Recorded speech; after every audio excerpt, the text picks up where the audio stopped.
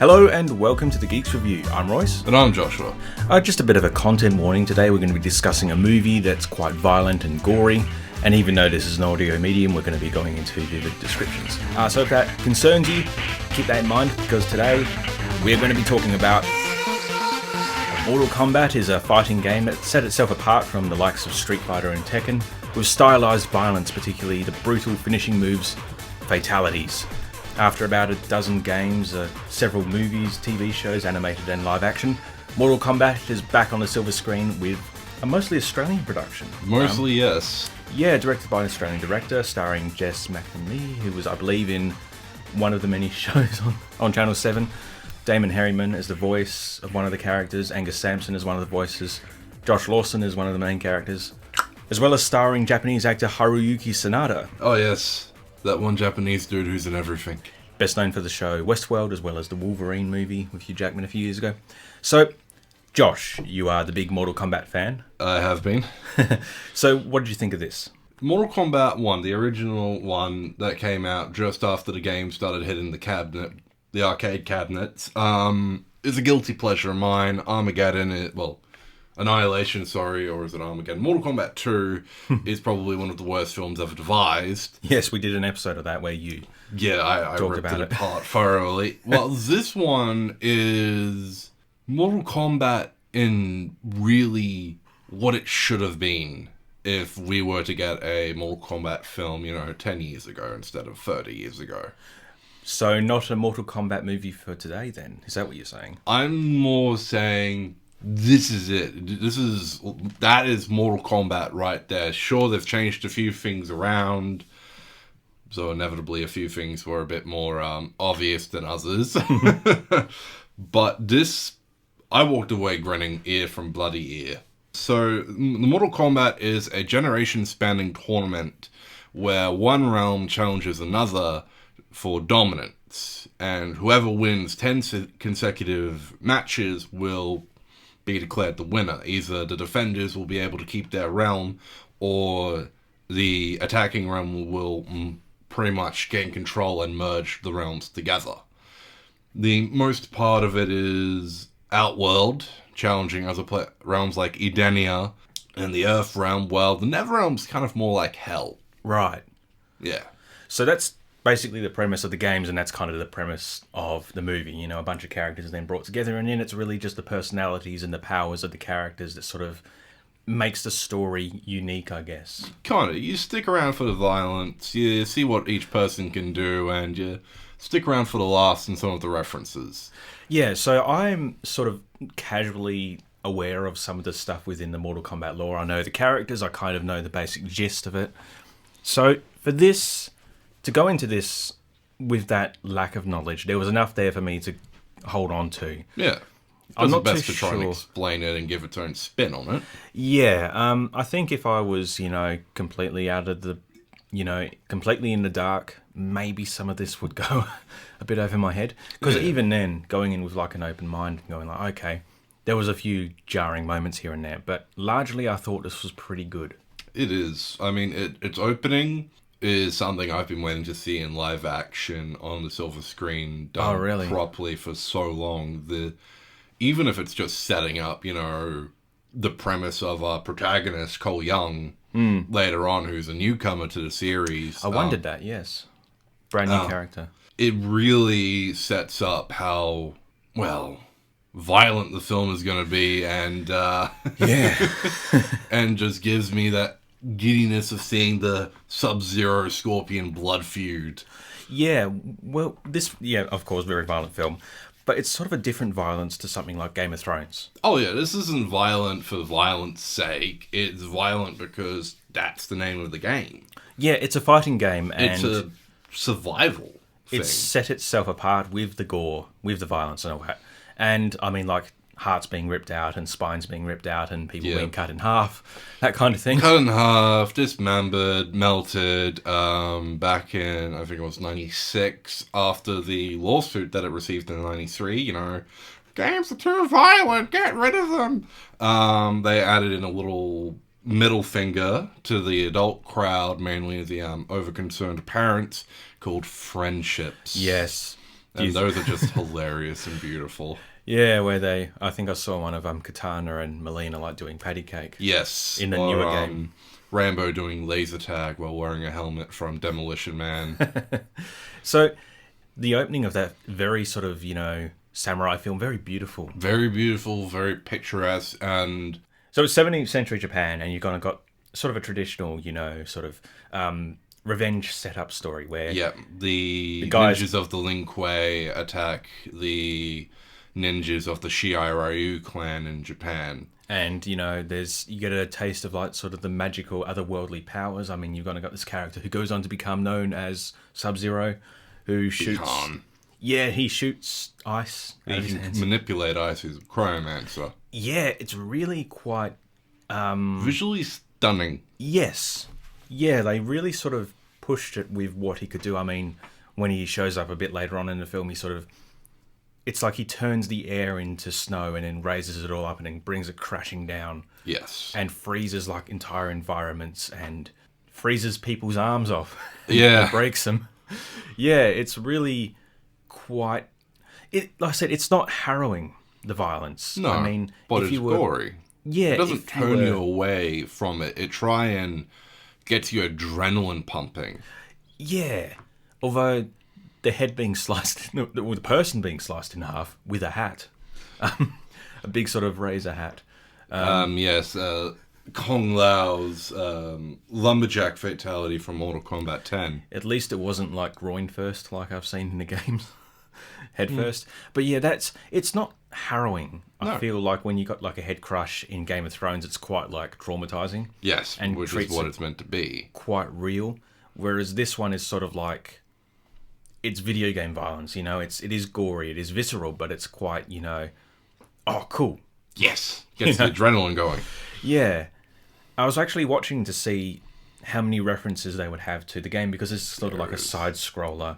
There's quite a few in there. I mean, it was, for the most part, it has been a side-scroller, but there have been a few 3D arena games with Deadly Alliance and Deception. Right, because... it would be very limiting to sort of keep in that 2D plane. Yeah. But they do have a few moments where you do have characters who are visually distinct from one another on either side of the screen, and when they do jump over, you can still tell like who's who. It's character designs I thought were really solid in this as well. They're definitely true to what they were. Yeah, like you got Kano, who's less cybernetic than I remember. Yeah, I had seen that he has robot hands or arms. Cybernetic eye. Does he have robot hands, or was that me just misseeing something? That's misseeing. Yeah, because Jax is the dude with the robot arms. Yeah, played by an actor, MacLeod Brooks, who played Jimmy Olsen in the Supergirl series a few years ago. He is so 80s action hero. Yeah, he's like such a spiritual successor to Carl Weathers. Just in the way he holds himself and the way he talks. It was quite glorious. And then he gets robot hands after he gets his spoilers smashed off with some ice. Yeah. I mean, everyone's going to be able to find ways to see this film. I mean, it's going to be hard to talk about the actual movie itself without dabbling into the spoiler territory. Yeah, well, I mean, it's been out for a little while as of the time of recording. This sort of made me interested enough to check the games out. I mean, I've sort of had moments over the years where I've had a friend who's been really into it and I've checked it out a bit there, and this is sort of... Well, it's definitely got a lot of references to the older games as well. Like, the villains aren't usually the same menagerie from the first game because it's retelling the first game, just they cut out Shang Tsung's island, which I was kind of a little disappointed about. Oh, right. The guy playing Shang Tsung, I think it was Chin Ha or something like that. Chin He, I apologize if you're listening. He did a great job sort of trying to step into the shoes of such a role that's only been done once in live action, and the guy who did it originally, I'm gonna have to look him up now. Yeah, they're very like the classic scene of like, your soul is mine. I actually saw that actor. He's in the more recent video game, isn't he? Yes, he is. He came back, did some mocapping for him. I guess he's so iconic to that character then that he really came to define who that character was. Yeah, but this is also NetherRealm. They got back some of the older actors just for skins, you know? Yeah, well, NetherRealm we should say, because I said NetherRealm earlier. They're actually the developers of the game. Kari Hiroyuki Takagawa. That's the actor who played the character Who before. played the original Shang Tsung. Very sad. Unironically, the first film was done by Paul W.S. Anderson. Yes, who went The on man to who do can never get an R rating. He went on to do the Resident Evil films with his wife Mila Jovovich. Yes, but Yeah. a lot of the, as I was saying before, some of the villains in this have been taken from older games like Mortal Kombat 4, The Deadly Alliance, and even Deception. There was a character, Cabal, or something. Was Yes, his name? Cabal. This He's is like his first live-action appearance. Yeah, he's sort of very sort of Mad Max meets Star Wars kind of look, and he even sounds like, he's sort of a much swearier Jon Favreau character. He definitely fits into that. He's one of the Black Dragon crime gang, and he's sort of seen as the Flash of the Mortal Kombat universe because he's quick. Oh, right. But also being burnt to, like, the nth degree over his body. That's why he's wearing the suit then, I guess. Yeah. Right. Josh Lawson as Kano. Who's an Australian actor who's been... I remember him from some show, but I can never place him. But he's, he's sort of stepped into the Hollywood thing, and here he is playing this very sweary... Yeah. Every second word is a swear word. It's real drongo type. Yeah. There's sort of like a trope which has been quite prevalent internationally that Australians just swear a lot. Yeah. And I mean, it's context sensitive, it's context dependent, and everyone swears a lot, But yeah. I sort of felt with him, for some points, they sort of treated it like, a swear word is a joke. So every time he says the F word, that's going to get a laugh. That's how they kind of present it. He's good, though. Yeah. With what he does. And the moment where, is it Liu Kang? Yes. Does the leg sweep on him. Constantly the legs, the move spamming, which is a reference just to fighting games in general. Yeah. Is that the only move you know? I laughed so hard at that. That was good, that moment. Because it's clever references like that, I think, where you kind of pay homage to the games, or I guess the culture. To the around genre games. itself, yeah. Yeah. That was fun.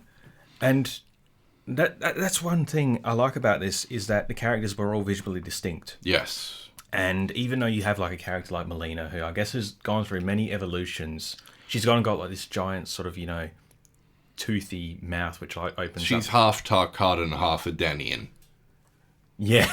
Well, face full of teeth and Yeah. skimpy outfits, and in this, it's very sort of practical. It's not as purple as, No. usually is. But when she showed up, you're like, I know who that is. Yes. Granted, there was probably only one character I didn't realise, and that was the... name escapes me, the lady with the wings. I did not play Deadly Alliance, unfortunately. Yeah, she just sort of showed up and, spoilers, was dealt with very quickly. Yeah. Yes. But this is a beautiful love letter to the games, and even the older film, you've got little Easter eggs split about when Sonya's showing Cole the history of Mortal Kombat on the mural, with a lovely joke if they spelt combat wrong, because it's spelt with a K, not a C. Yes. Great track record there. There, guys. They've got references to older characters. You've got Nightwolf, the Mayan, Aztec, Mesoamerican Total Khan, and even Mataro, the half man, half centaur, half goat, half scorpion-tailed creature that... Like a chimera sort of thing. Yeah, really just don't know what was going on there. And even in Raiden's temple, you've got references to the other characters, possibly even building up a sequel with Shinnok's amulet being stolen by Kano. I would be interested to see a sequel, honestly. I would very much like to see a sequel because that makes or breaks the Mortal Kombat series. Yeah. Yeah, I think as well. It's quite small stakes, low scale, even though the fate of the Earth is on the line. That's pretty much what it is. It builds up from there, really, in the game series, because it's usually, for the most part, an invasion from Outworld, then it sort of jumps up from there to dealing with gods and their machinations, like Shinnok wanting to enslave all the realms or just wipe it clean, to the Dragon King Onaga just going, what the hell, who put me to sleep? Right. Yeah. You don't get like a sense of scale of like, a city being destroyed, which I think we've seen enough of in films like superhero films. I mean, Godzilla versus Kong a few weeks ago. So this was quite like, sort of characters in caverns and, environments which sort of feel like they were from the game. Well, one of them was from the game. The bridge that Jax and General Reiko were fighting on. Right, yes. That's the pits, and it's been a staple of the series for a long time. Oh, cool. Yeah. Right. I will say as well, it was pointed out to me, and I mean, I noticed myself, the actress that played Sonya Blade looks like Hex from Good Game. Yeah, it does a little. Actually, hang on. Oh my god, you're right. Yeah, even she said on Twitter, like, oh, thank you for congratulating me on my role in Mortal Kombat, but it wasn't me. Yeah, it looks like her, and I'm watching it going, that's uncanny. Yeah. Yeah. It's, well, gripe-wise, I sort of just sat back and took it for what it was. And there was a few moments like, the whole slicing in half scene, which was kind of like, oh, that's a bit, visceral. There's a bit more than the other ones. And the head smash. But again, it's not as I mean, it could have been worse. It could have been the stage fatality where he knocks him off the bridge into the spikes below. Yeah, it doesn't pull its punches. Have the eye poking out in there as well. So from, like I can say from a sort of an outsider who knows enough, looking in, it looks to be, faithful enough. Yeah, but it still gives it to their own take. If it was faithful, it would have cyborgs and that running around, mystical, kung fu, ninja dudes, and even cyber ninjas. Well, it set the stage for it. It has. I mean, the one gripe I have is that the Arcana abilities, just to try and explain away why they can do some of this stuff, but having the Dragon Mark, that was glad to see they finally did something interesting with the actual dragon itself. What was that? That's not a thing from the game then? No, it's right. It's just a logo, man. Right, because, I mean, you've got, like, the iconic dragon logo, which appears on the characters who have the powers. Yes. And it's said to be like a birthmark. It's something that's there that sort of ties them to this thing. Pretty much, you are for the movie's sake, you are the champion of Earthrealm. You are one of the champions to represent Earthrealm in Mortal Kombat. That makes sense. Yeah. I didn't know whether that was from the games or not, but I guess with the games you can just sort of be like, oh, it's a fighting game. In the games, with the story, you had the Order of the White Lotus, which is the Order of Light in this game, this movie, I should say, to game then, and that sort of kind of goes around and deals with finding the champions and all that, where they just grab the handful of people, whether they be movie stars that know martial arts or special forces. Yeah, I will say as well that, a lot of people will whinge like, oh, women in my action movie. There's this sort of person. Come on. This is like a 30-year-old series, and these characters like Sonya Blade and that have been there since the very beginning. And it's amazing to see these people go at it. And, they depowered Sonya Blade for this film. Yeah, she felt like, they all felt like they all had, a significant degree of power and just, skill, and it was communicated. And when you've gone and got her and Josh Lawson beating each other up, it doesn't feel like, oh, this is a bit weird. It's like, no, these are two very capable fighters and they can both hold themselves, and, it's sort of... Seeing that one of them has their dragon mark for killing one of the other heroes of Earthrealm and ends up betraying them. Saw it. Yes. The moment Kano popped up on a good guys team, I went, No. That is sick. That is wrong, and he's going to inevitably betray them at some point. Speaking of gore in Australia, this is actually produced by the people who did Saw, which was an Australian movie, which is kind of crazy to think about. Yeah. This is interesting, this film. Kind of ironic, I should say, seeing that Mortal Kombat this film was apparently produced in Australia so much, and... Oh yeah, thanks to the New South Wales government at the end. Yeah. Moreover, it was a game series that actually had to get severely censored in Australia to the point where the 9th game in the series, or at least 9th quotation marks, actually had to wait until we had an R18 finally to be released. Yeah, I remember, actually, on Good Game, funnily enough. Yeah. When that did come out back in 2014, I think. A little bit earlier than that. 2013, late 2013, early 2014. Yeah. That it was like so sort of... It's quite stylized. It is. It's still quite visceral. It treats blood like bloody Gatorade. Like, you have one punch and there's so much blood that, that's basically all the person has in their body. But they still It keep must going. flow, Royce. It must flow. The blood must flow. But yeah, it was so violent they had to do recreations of action figures of moves. Because I mean, they had to... Mortal Kombat versus DC, that was a game. Yes. They had to change one of the fatalities for Joker, where he just pulled out a pistol and shot someone in the face. Right. And they ended up bringing that back for Mortal Kombat 9 with one of Shang Tsung's. This is a Warner Brothers film, isn't it? Yes. So, you think we get to see Jared Leto get beaten up by someone?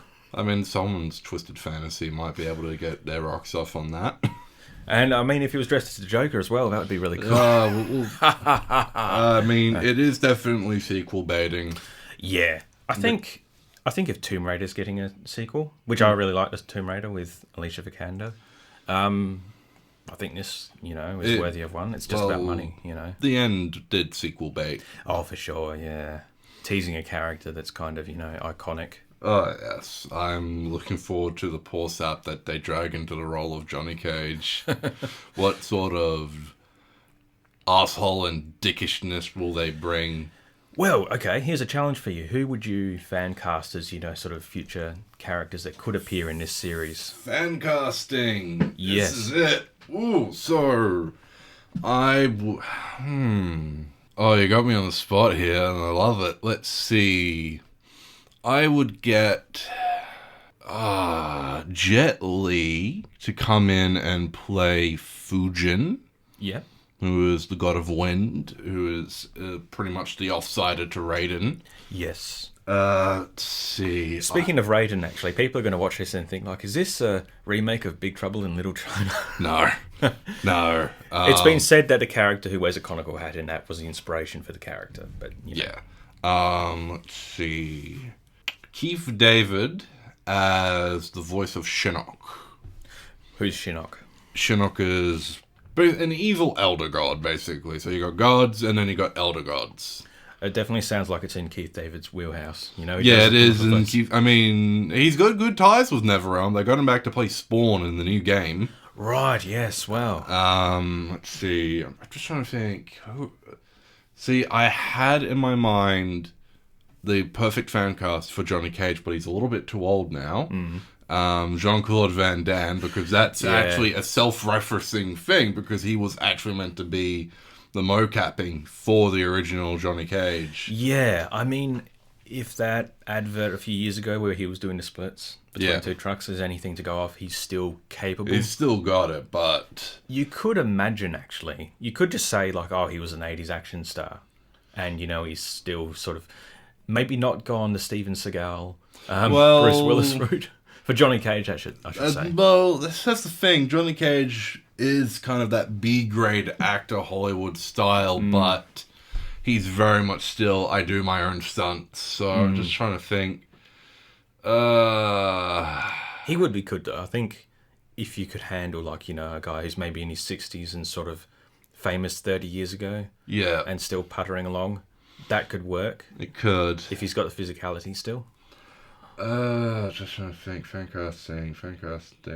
Yeah, you're going to have to come back to me on that. Sorry, you put me on the spot. Oscar Isaac as Johnny Cage. Oh, yeah.